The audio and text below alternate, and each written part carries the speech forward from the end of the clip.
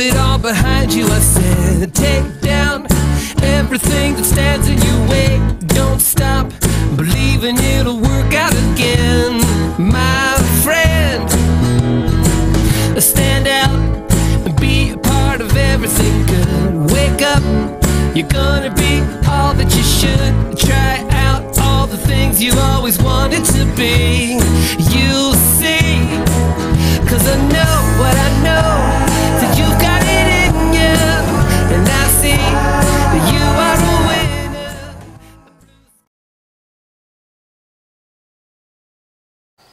winner. I have to do this. Take 4. Seriously, I'm having a hard time doing a really short video for some reason. My voice just, I was really good and my voice went out on me, so now I have this here, water. Okay, it's just a little article I wanted to share. I was laying in bed this morning. This is one of those up super late, slept in super long, so I'm barely here. I haven't had my coffee yet videos. But I was laying in bed and I came across this very short blog I wanted to share, and because my brain is pretty much dead right now, I will not really add anything after I read this. I just wanted to share this blog because I thought it was really good. Okay, so I have to do this though because I couldn't find this on my computer. I am resorting to having to use this. So unfortunately, I have to do this, which makes me look incredibly stupid. Or maybe it makes me look really smart. I don't know.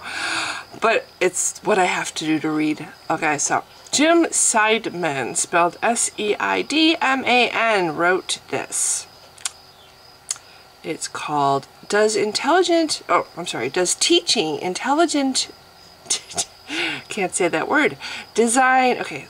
Does teaching intelligent design in schools really damage science? Well, considering it's complete bullshit, I'd have to say yes. You know, if you teach bullshit along with real stuff, how is a little kid supposed to be able to differentiate between what is bullshit and what is real? You know? Okay, but anyway, so here's the article. Until I saw a textbook from Louisiana, I didn't fully understand what it really meant to teach evolution and intelligent design side by side. At least in the book I saw, the authors clearly implied that intelligent design was the correct position and used flat-out lies to discredit evolution. Hard to imagine, you know. Dishonesty for Jesus, yeah! For example, the textbook said that evolutionists believe that fossil positions within the Earth's strata indicate the fossil's age, with deeper fossils being older. Then it points out a problem with this idea. Some animals can climb hills, and therefore their fossils will appear higher up than the plants and animals that can't climb. Those silly evolutionary paleontologists didn't think of that. Most of the controversies about evolution were similarly inane. Since the evidence for evolution is so strong, the textbook had to turn scientific instruction on its head, bringing in nonsense about geology, anatomy, and other fields to discredit evolution. Even sentences that were technically accurate were written in such a way to be highly biased, e.g., because evolutionists don't believe in the Noah's flood, they have to look for other explanations for fossils. This implies that a group of scientists got together and said, "We don't like the flood explanation, let's concoct some alternative explanation." That is the exact opposite of reality, which is that the theory of evolution was based on observation, not speculation. So not only does intelligent design require teaching bad science, it also requires corrupting in the scientific method itself. It essentially corrupts the entire science class. It's true that most people don't remember much from their science lessons, but even more important than imparting scientific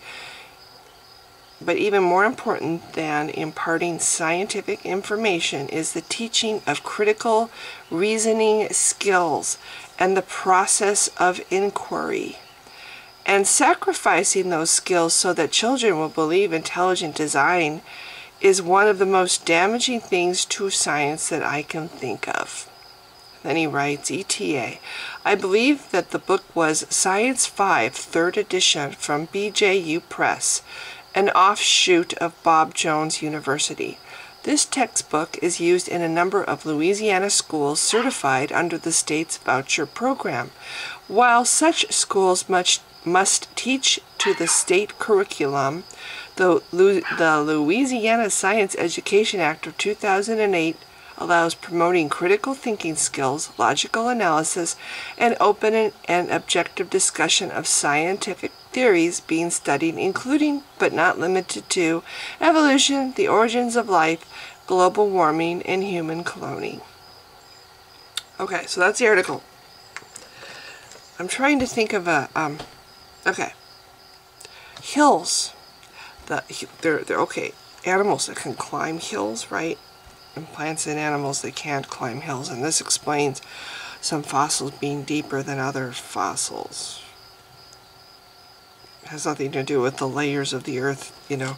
Okay, I'm trying to think of a visual that I can do here. Layers of the earth, okay? And I'm not coming up with anything.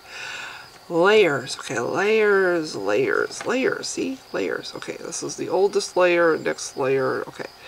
Now, don't you think the layers would go uphill and, like, you know, downhill? You know, those same layers of the earth, you know, of the, what am I thinking of? I never get this word right. Okay, so you got your layers. Here's the layers at the bottom of the hill. Here's the layers at the top of the hill. See, they're the same layers. One is higher up on the top of the hill than down here, but there's the same layers that scientists dig into those layers. That's what they're talking about when they say deeper. They're not talking about hills, because the layers, if you look at a, you know, if a cliff collapses and you see the lines of the rock, you can look at if you look at a cliff that has collapsed, you can see, if you look at it, stand back, look at it, you can see different bands of colors that go up the cliff. Those color bands, the bands that you see, are different layers of sediment. That's what I was trying to get. Sediment that is accumulated, you know, as, you know, whatever. The layers don't, you know, they would be the same up on the top of the hill as on the bottom of the hill. Anyway, so that's all the comments I want to make. I personally think that intelligent design has no business being in the classroom anywhere. I don't think children should be exposed to it, because it decreases intelligence in children. It decreases intelligence. It hinders the ability to, like this guy says, reason, to be objective, I guess.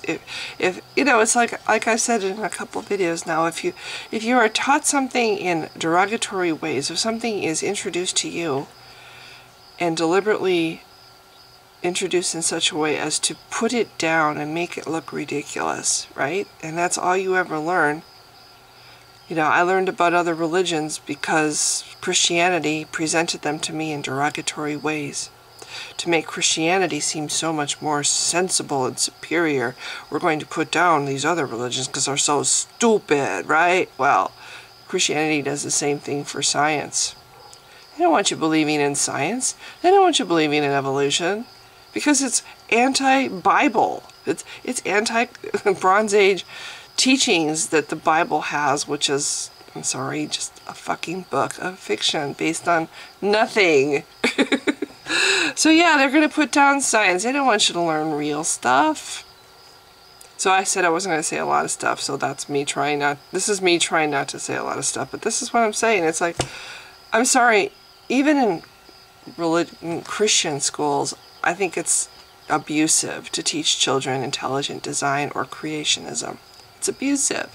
You're not, and calling it science. If you're going to teach it in these religious schools, fine. Teach it as theology or whatever, philosophy. Don't teach it as science, please. It's not.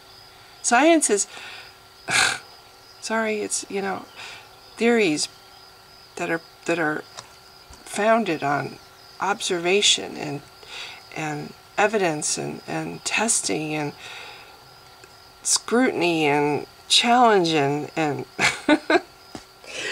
oh, anyway, okay, I do need to get coffee. So, if you've been watching, thanks. Bye.